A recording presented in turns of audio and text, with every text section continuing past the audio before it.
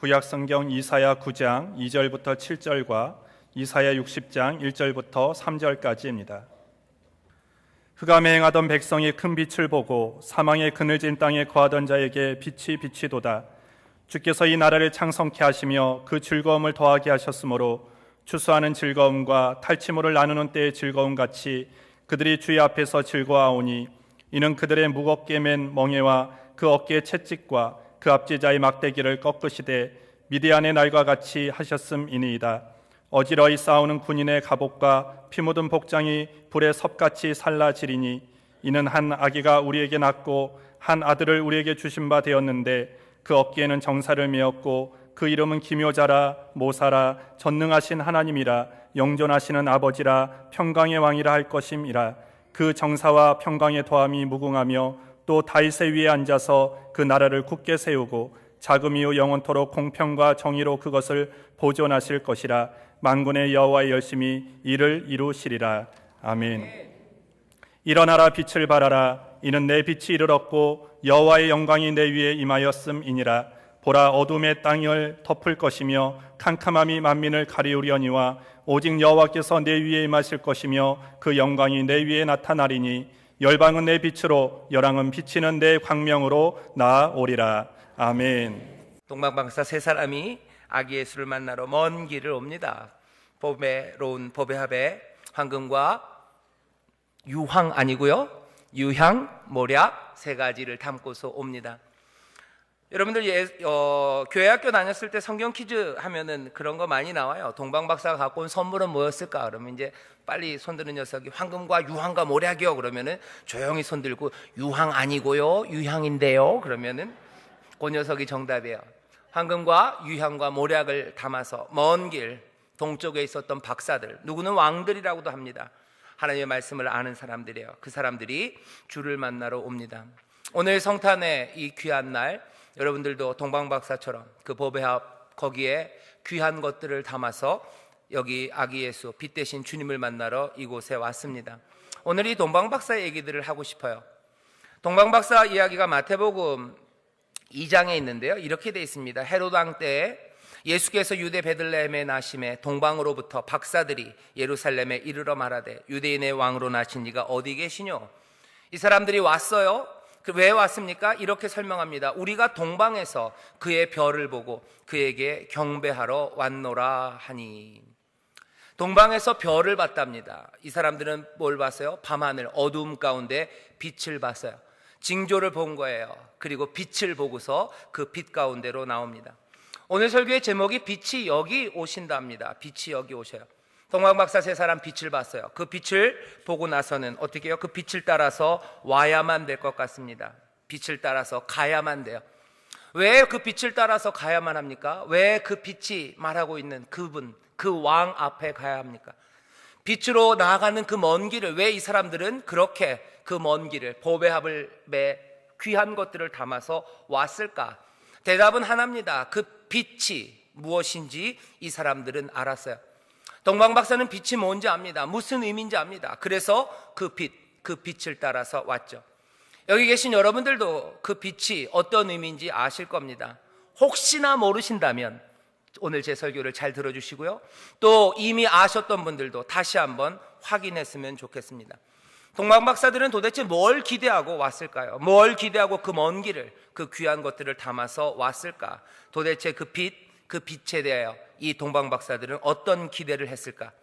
그 기대가 오늘 본문 이사야서 두 군데에서 나옵니다.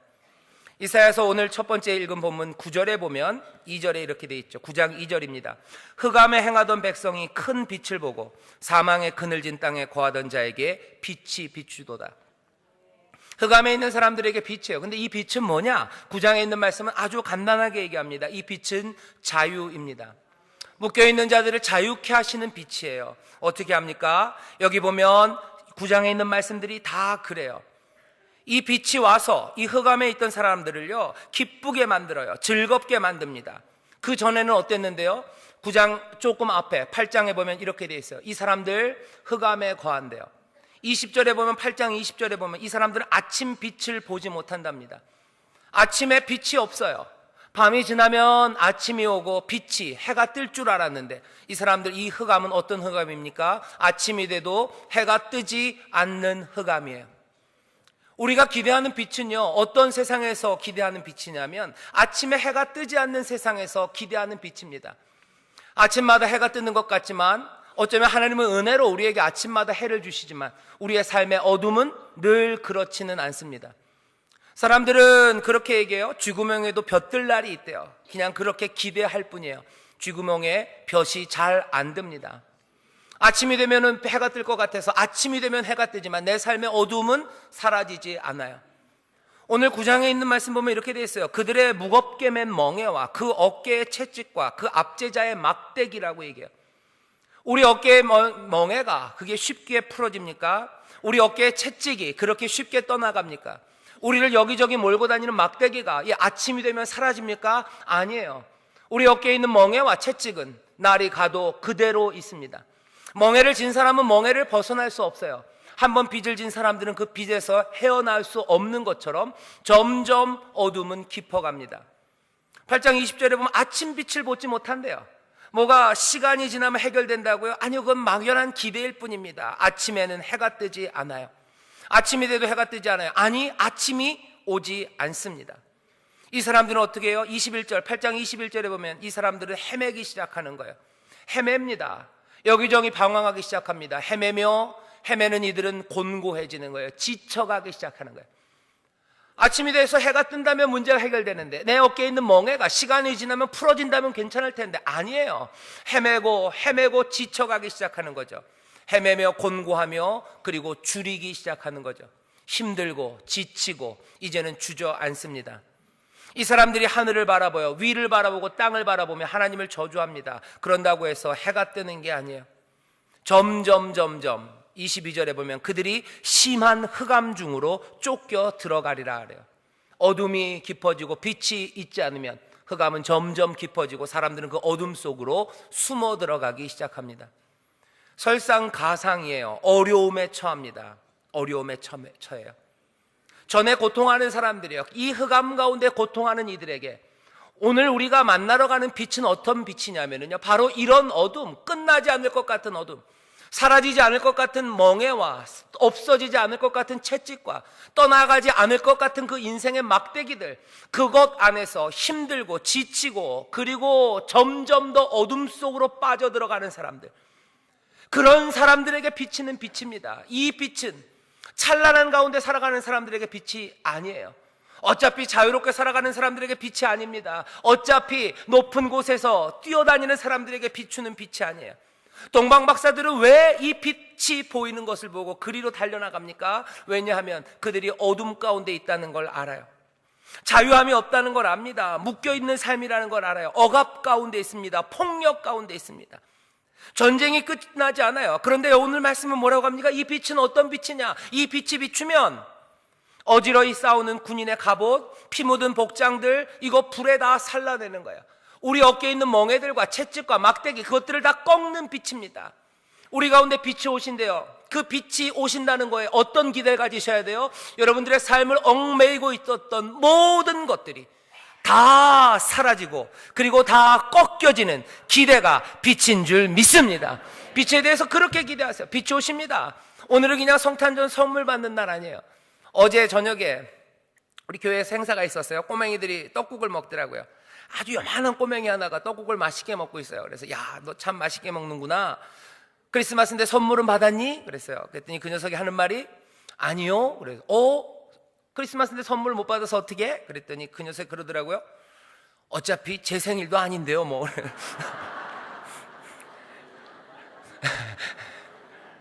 어차피 제 생일 아니래요.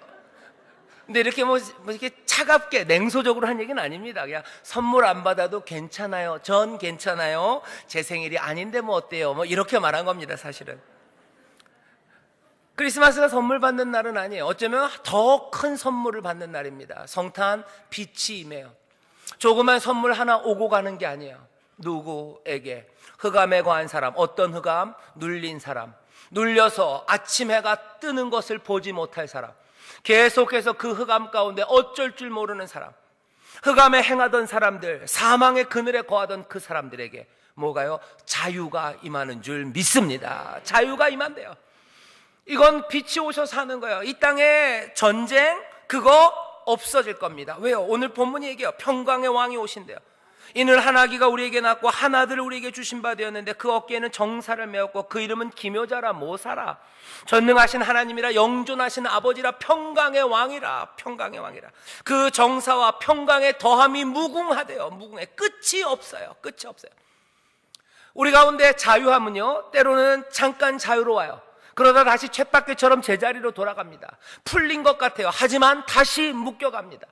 내가 자유를 얻은 것 같아요. 하지만 다시 그리로 묶여 들어가요. 내가 이제는 빛 가운데 사는 것 같아요. 하지만 다시 어둠 가운데로 갑니다. 하지만 오늘 우리에게 오는 빛은 달라요. 이 빛은 정사와 평강의 더함이 무궁합니다. 끝이 없습니다. 지속되는 자유함입니다. 지속되는 자유함입니다. 여러분들 그 중독 같은 데서 벗어나는 분들이 있어요. 잠깐 벗어납니다. 하지만 다시 중독으로 들어가요. 슬픔에 묶여있는 사람들이 있어요. 예, 잠깐 그 슬픔에서 벗어날 때가 있어요. 하지만 다시 그 슬픔으로 돌아갑니다. 하지만 오늘 말씀하시는 이 평강의 왕, 이분의 다스리심, 정사와 평강의 더함은 무궁해요. 끝이 없어요. 우리를 자유케 하신 분은 끝까지 우리를 자유케 하시는 줄 믿습니다. 억압에서 자유케 하세요. 묶여있는 것에서 자유케 하세요. 멍해와 채찍과 막대기를 꺾으십니다. 이제 더 이상 우리가 염려할 게 없어요. 싸움은 끝났어요. 그래서 군복 태울 수 있습니다. 다시 전쟁이 있을 것 같으면 어떻게 돼요? 군복 빨아서 잘 놔둬야 돼요. 하지만 이제는 군복 빨아서 놓을 필요 없어요. 군복 태워도 상관없어요. 왜? 이제 다시는 싸움은 없어요.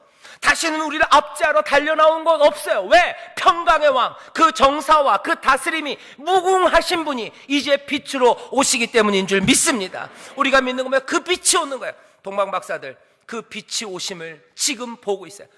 그 빛이 오셔요. 그 자유함을 주시는 평화의 왕이 오셔요. 그 다스림이 무궁한 분이 오세요. 그분이 우리 어깨에 모든 것들을 다 사라지게 하시고 우리의 삶을 괴롭게 하던 채찍과 그리고 그 막대기를 꺾으시는 분, 그 자유함을 주시는 분이 오세요. 내 삶을 묶고 있는 모든 것들을 다 끌어내시는 분이 오세요. 나에게 모든 자유함으로 포로된 자에게 자유를, 눌린 자를 자유케 하실 그분, 그분이 오신다는 그 소식에 동방박사는 뭐예요? 예, 먼 길 멀지 않습니다. 달려 나오기 시작하는 거예요. 오늘 여러분들 동방박사처럼 여기 주님 만나러 오셨어요. 여러분들도 이 빛을 보고 나오신 줄 믿습니다. 이 기대를 마음에 품고 나오신 줄 믿습니다. 평강의 왕이 우리를 자유케 하실 것, 그거 믿고 나오신 줄 믿습니다. 우리를 자유케 하실 거예요. 뭐든지, 그게 무엇이든지 여러분들의 삶을 묶고 있는 그것들에서 자유케 하실 겁니다. 미움이 여러분들을 묶고 있습니까? 자유케 하실 거예요. 두려움이, 염려가 여러분들을 묶고 있습니까? 자유케 하실 거예요. 폭력이, 예, 주가 자유케 하실 겁니다. 모든 것에서 우리를 자유케 하실 그분이 우리와 함께 하시는 줄 믿습니다.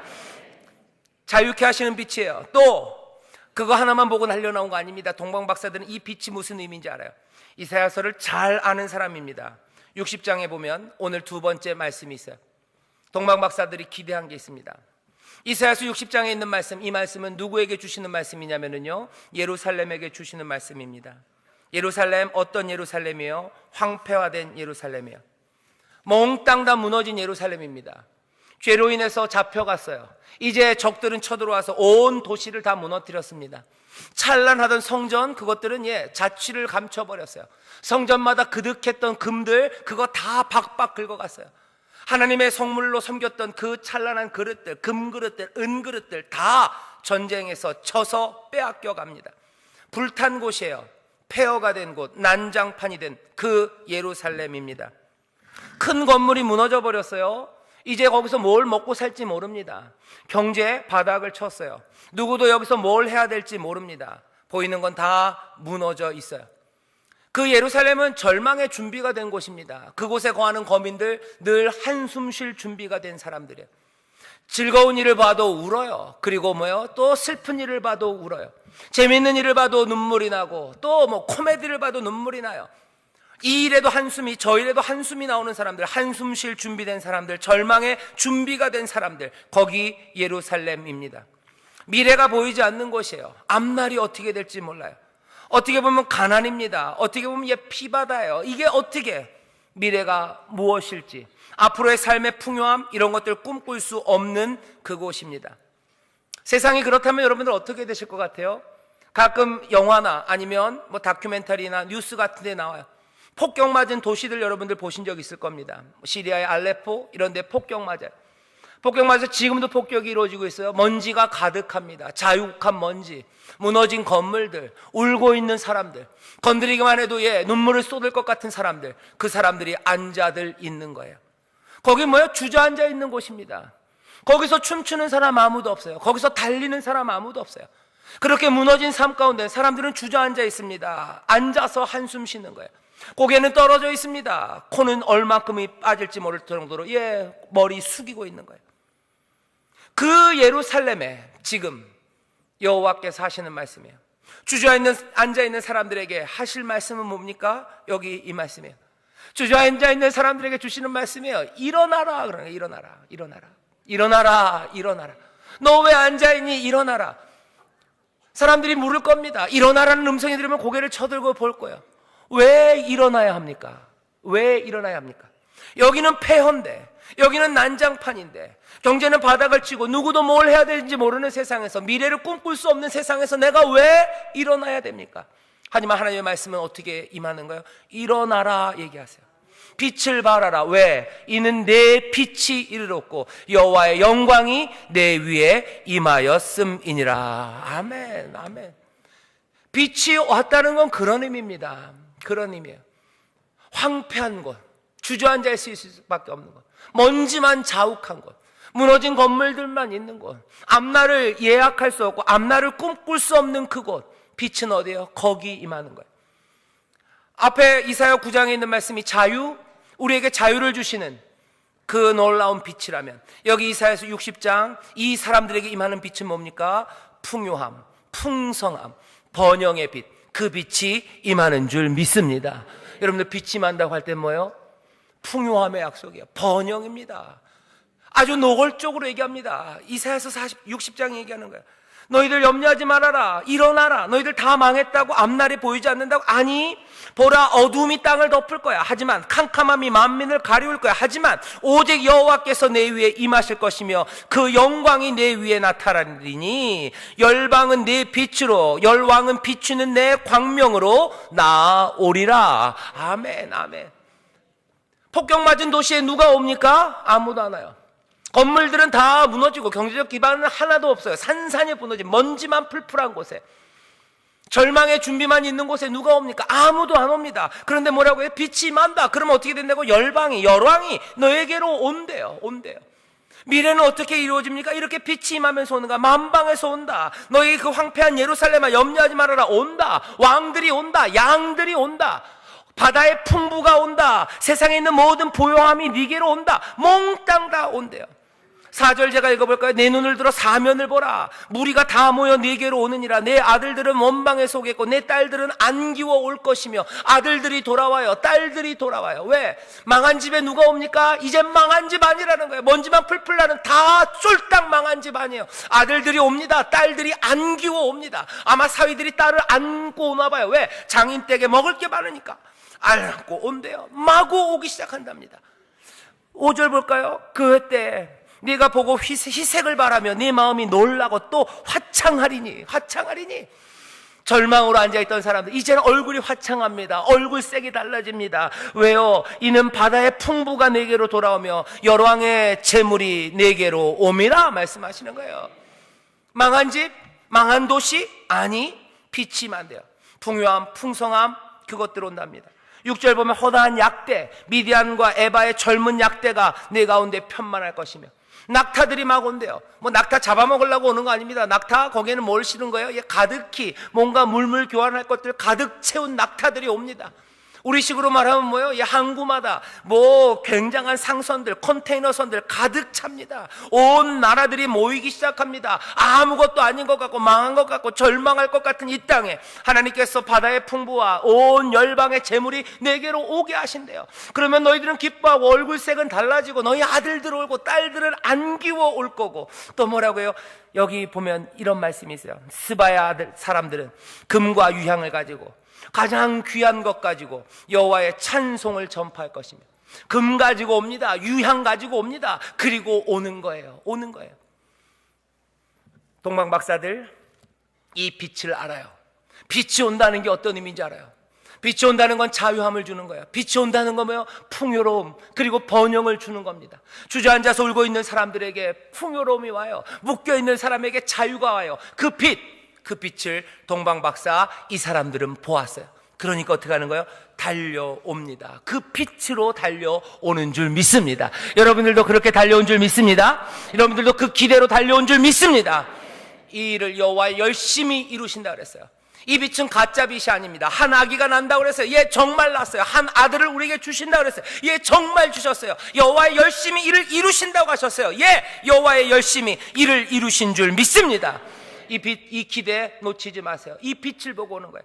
주께 나오면서 아무 기대 없이 빛 앞으로 나온다고 그러면서 그냥 나오는 거 아닙니다. 여러분들 주님 앞에 나올 때, 빛 앞으로 나올 때 기대하세요. 자유함을 주실 겁니다. 삶의 풍성함을 주시는 줄 믿습니다. 즐거워하세요. 기뻐하세요. 이제 새로운 일이 시작됩니다. 어둠과 절망에 거하던 사람들 이제 빛을 보기 시작하고 이제 미래가 시작되고 그 빛 가운데 새로운 삶을 누리게 될 줄 믿습니다. 우리의 모든 고장났던 삶들, 제대로 작동하지 않았던 것들, 이거 회복되는 줄 믿습니다. 빛은 그 일을 위해서 우리에게 오시는 것이고 그 일은 우리가 만들어내는 것이 아니라 여호와의 열심히 이 일을 이루시는 줄 믿습니다. 동방 박사님 이 말씀을 알아요. 그래서 그 어둠 가운데 있는 별, 그 빛을 보고 그 평화의 왕, 그 왕을 만나러 오는 겁니다. 빛을 보고 기대하는 거예요. 평화의 왕이 오셨어요. 압제에서 자유를, 폐허의 삶에 번영을 주실 분, 우리의 삶의 회복과 구원을 주실 분이 오셨어요. 이제 동방 박사는 뭡니까? 갑니다. 그분이 오신다니 그리로 달려갑니다. 그분이 오셨다니 그분을 만나러 달려갑니다. 이제부터는 이상한 이야기예요. 그리고는 이들이 어디로 와요? 성경을 잘 알아요? 이 사람들은 예루살렘으로 옵니다. 마태복음 2장에 보면 그렇게 돼 있어요. 이 사람들 예루살렘에 와서 묻습니다. 예루살렘에 이르러 말하되 유대인의 왕으로 나신 이가 어디 계시뇨? 이 사람들은 그 기대를 가지고 어디로 달려나왔어요? 예루살렘으로 달려나왔어요. 어쩌면 이사야 60장을 너무 잘한 것 같아요. 예루살렘에 하나님께서 복을 주시고 번영케 하시고 거기에 황금과 유향을 가지고 거기에 모략을 가지고 사방에서 거기서 가장 귀한 것 가지고 여호와의 역사를 즐거워하러 그리로 달려간다는 그 말씀 이 사람들이 기억한 것 같아요. 그래서 이 사람들 예루살렘으로 갑니다. 뭐하러요? 그 빛을 만나러 가는 거예요. 그 빛 앞으로 오는 겁니다. 그 빛이 어디로 온다고 생각한 거예요? 예루살렘에 온다고 생각한 거예요. 아멘. 그럼 여러분들 속으셨어요? 빛은 오늘 설교의 제목이 뭐예요? 여기 오신다. 여기가 어딜까입니다. 빛을 만나러 어디로 가냐는 거예요.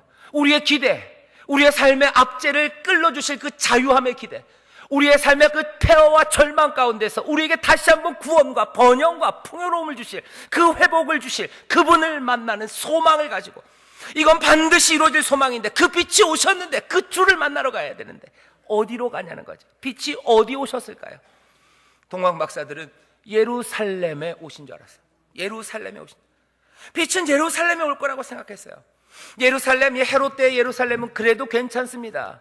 헤롯이 더 큰 성전 지어놓고요, 뭔가 힘이 있고 도시에 찬란한 불빛이 있는 예루살렘이에요. 이 사람들 동방박사 뭔가 배운 사람들이에요. 성경을 잘 아는 사람들입니다. 그런데도 불구하고 이 기대와 이 소망을 가지고 간 곳은 잘못 찾아갔어요. 주소가 틀렸어요. 여러분들 그 기대를 가지고 주님 만나러 옵니다. 근데 어디로? 거기로 가면 안 돼요. 여기로 와야 되는데 이 사람들 어디요? 거기로 갔어요. 거기 예루살렘으로 갔어요. 도시의 찬란함, 그 강대함, 그것 따라갔어요. 거기가 맞을 거라고 생각했어요. 그게 맞을 거다. 왕이 있는 곳 거길 거다. 도시가 있는 곳 거길 거다. 힘이 있는 곳 거길 거다. 풍요로운 곳 거길 거다. 거기에 빛이 오실 거다 생각하며 예루살렘으로 갔습니다. 틀렸어요. 2장 1절에 마태복음 이렇게 돼요. 헤롯 왕 때 예수께서 어디 나셨어요? 유대 베들레헴에서 나심에. 예수는 유대 베들레헴에서 나셨는데 동방으로부터 박사들은 어디로 왔어요? 예루살렘에 이르러 말합니다. 예루살렘에 왔어요. 먼 길 온 사람들이에요. 먼 길 왔습니다. 보배함 가지고 왔습니다. 이 사람들 빛이 뭔지 알아요? 그 기대를 가지고 왔어요. 자유함의 기대, 번영의 기대, 그 어둠, 흑암, 끝없는 아침 해가 뜨지 않는 흑암에서도 이제 빛이 비춰서 끊을 수 없는 압제와 끊을 수 없는 그 억압에서 우리를 자유케 하시고 우리를 다시 일으켜 주실 그분 만나러 먼 길 왔는데 빛은 예루살렘에 오지 않으셨습니다.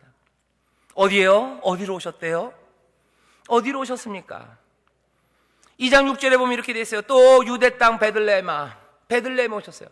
베들레헴 어떤 곳입니까? 미가가 얘기합니다. 미가 선지자가 미가 5장에서 얘기하는 거예요. 너는 유다 고을 중에 가장 작지 아니하도다. 왜 작지 않다고 그래요? 작기 때문에 작지 않다고 그러는 거예요. 왜 작지 않습니까? 내게서 한 다스리는 자가 나와서 내 백성 이스라엘의 목자가 되리라. 베들레헴 작은 고을입니다. 너 가장 작지 않아. 너에게서 목자가 날 거야. 목자가 났기 때문에 작지 않은 거야. 원래는 작은 곳입니다.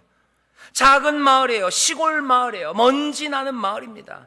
아무도 잘 모르는 곳이에요. 관광객들 모이지 않습니다. 폼나는 건물 없습니다. 거기에 왕이 살지 않습니다. 거기에 권세 있는 엘리트들 살지 않아요.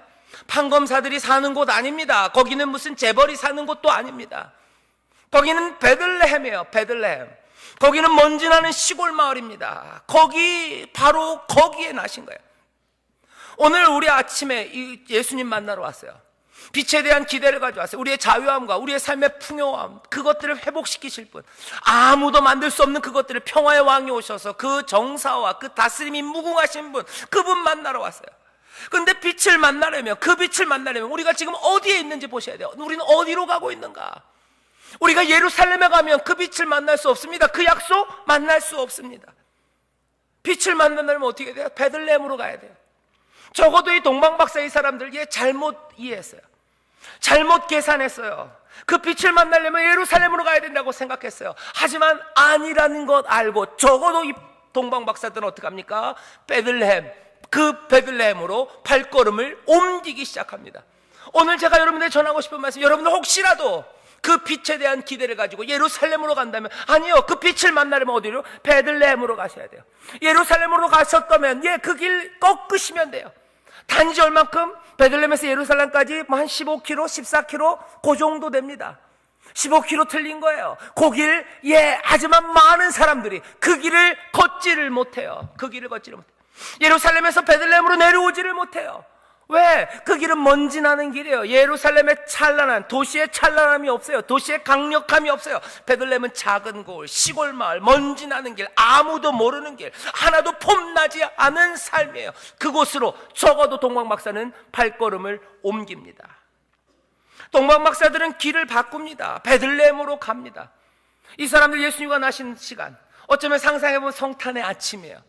예수 주가 나신 그날, 그 빛을 기대하며 온 그날, 그들이 잘못 온 걸 알았어요. 그러고는 어떻게 해요? 바로 그 시간에 이들의 길을 바꾸기 시작해요.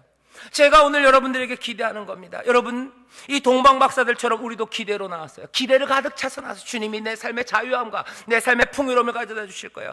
빛을 만날 기대를 가지고 나왔습니다. 하지만 우리가 잘못 찾고 있다면 어떻게 하셔야 돼요? 베들레헴으로 발걸음을 옮기시길 주의 이름으로 축원합니다. 축원합니다. 어떻게 보면 짧은 길이에요. 15km. 어떻게 보면 길고 험한 길입니다. 험한 길이에요. 하나님의 약속, 하나님의 미래, 하나님 우리에게 주시는 빛, 그 빛은 예루살렘의 그 힘과 권세, 권력, 부요함, 자신만만함 거기에 없어요. 작은 마을 베들레헴처럼, 먼지 나는 그곳처럼 어디에 있어요? 하나님의 약속과 미래, 그것은 연약함에 있습니다. 연약함에 있어요. 목자의 삶에 있어요. 하나님의 약속을 우리가 잘못된 장소에서 찾으면 안 됩니다. 내 만족이 아니라 연약함, 깨지기 쉬운 삶, 거기에 빛을 만납니다. 어떻게 알아요? 사실은 이사야서 9장에서부터 있었어요. 한 아기가 낳고 한 아들을 우리에게 주신 거예요. 한 장군이 난 것도 아닙니다. 그분을 만나는 그곳은 베들레헴이에요. 우리가 만날 건 아기예요. 연약한 그분입니다. 베들레헴, 그곳으로 가야 합니다.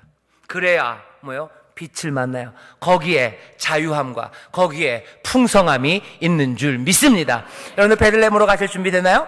아멘. 베들레헴으로 가십시오. 찬란한 것 말고 다른 길로 찾아가시오. 자, 마지막 마태복음 2장에 보면요, 동방박사 이야기가 어떻게 끝나냐면 이렇게 끝나요. 동방박사들은 결국 어떻게 해요? 베들레헴에 가면 만날 수 있습니까? 예, 만날 수 있어요. 왕으로 나신 분, 평화의 왕 만날 수 있습니다. 이 사람들은 거기서 주를 만나요. 거기서 자기들이 가져온 것들을 드립니다. 경배합니다. 예배합니다. 그리고 마태복음 2장 12절 보면 이렇게 돼 있어요. 꿈의 헤롯에게로 돌아가지 말라 지시하심을 받아 다른 길로 고국에 돌아가요. 집으로 가는 길은 이제 다른 길입니다. 이 사람들이 왔던 길 아니에요. 이 사람 베들레헴으로 갔던 사람들은요, 다른 길을 걷기 시작합니다.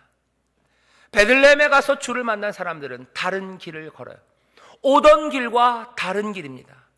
주를 만나러 왔던 길과 다른 길이에요. 이 다른 길이 뭘까? 다른 길이 뭘까? 다른 길로 집을 향해 가요. 다른 길로 본향으로 갑니다. 우리의 본향, 이제 주를 만나서 하나님의 나라, 우리 아버지의 품, 그 길로 가는 길은 이제껏 우리가 걸어왔던 그 길과는 다른 길입니다. 다른 길을 걸어갈 거예요. 여기 베들레헴에서 오신 빛, 그 자유함과 풍성함을 누리는 사람들은요, 이제 다른 길을 걸어가요. 그 치료함 받은 자유함으로 다른 길을 걸어가요. 그 받은 풍성함으로 다른 길을 걸어갑니다. 전에는 내가 자유함을 받았으면 내 멋대로 살았다면, 아니에요. 이제는 다른 길이에요. 이전에 내가 풍성함이 잠깐 있었을 때는 이렇게 살았다면, 아닙니다. 베들레헴 거기서 그 빛 가운데 내 삶의 풍요를 얻었으면 나는 이전과 다른 길을 걸어가기 시작해요. 전에는 내가 움켜잡았습니까? 아니요. 이제는 나는 손을 펴며 걷기 시작하는 거예요. 전에는 내가 눈을 흘기며 걸었습니까? 아니요. 이제는 온 얼굴에 미소를 가득 채우고 걸어가기 시작하는 거예요. 전에는 내가 욕심으로 두려움으로 살았습니까? 아니요. 이제는 다른 길을 걸어갑니다. 다른 길을 걸어가요. 광고 하나 해야 되겠네요. 전에는 사랑의 열매를 피해서 걸었어요. 하지만 이제는 사랑의 열매를 향해서 걸어가요.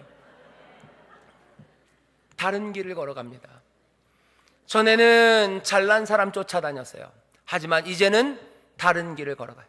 전에 어떻게 하면 내 이름이 높아질까? 그 길 갑니다. 하지만 이 자유함과 이 풍요로움을 얻은 사람, 어디서? 베들레헴에서 그 빛을 만난 사람들은 다른 길을 걸어가게 되는 줄 믿습니다. 주를 만난 사람들은 다른 길로 집에 갑니다. 다른 길로 하나님 앞에 나아가게 되는 줄 믿습니다. 적어도 여기 모여있는 우리는 함께 베들레헴에 왔기에 그 다른 길을 함께 걸어가는 복된 하나님의 자녀들인 줄 믿습니다. 그 길에서 주께서 영광 받으시고 우리에게 그 빛 가운데 걸어가게 하시고 그 빛이 약속하셨던, 그 빛이 우리에게 기대하게 하셨던 놀라운 자유함과 그 풍성함을 누리게 하실 줄 믿습니다. 주님이 뭐라 그러셨어요? 예수님이 이 아기가, 이 베들레헴에 있던 아기가 커서 얘기합니다. 나에게 성령이 임하셨으니 나로 가난한 자에게 복된 소식을 전한대요. 가난한 자들아, 복된 소식이 온다래요. 복된 소식. 놀린 자들에게 자유케 함을, 갇힌 자들 내가 풀어준다. 눈먼 사람들 내가 다시 뜨게 한다. 모든 압제해줄 흉악의 결박들 내가 몽땅 다 끊어낸다. 여기 풍성한 삶이, 여기 영생이, 여기 복된 삶이, 여기 진리의 길이, 여기 생명이, 여기 내가 있다고 말씀하는 그분입니다. 그분 따라가는 우리의 다른 길들, 그 삶이 우리의 삶인 줄 믿습니다. 그렇게 빛 가운데 거하시기를 주의 이름으로 축원합니다. 그렇게 주님과 함께 동행하시기를 주의 이름으로 축원합니다. 그 가운데서 그 빛된 삶의 모든 복을 누리시기를 주의 이름으로 축원합니다. 자유케 하시는 줄 믿습니다. 풍요하게 하시는 줄 믿습니다. 그 길을, 진리의 길, 생명의 길을 우리에게 주셨으니 감사하며 함께 걷는 여러분 되시기를 주의 이름으로 축원합니다. 기도하겠습니다. 하나님 아버지 감사합니다. 여기 빛이 이곳에 오신 줄 믿습니다. 이제 빛을 따라 새롭게 다른 길을 걸어갈 자들이 여기 있는 줄 믿사오니 주여 역사하여 주시옵소서. 성령님 역사하여 주시옵소서. 감사드리며 예수님 이름으로 축복하며 기도하옵나이다. 아멘.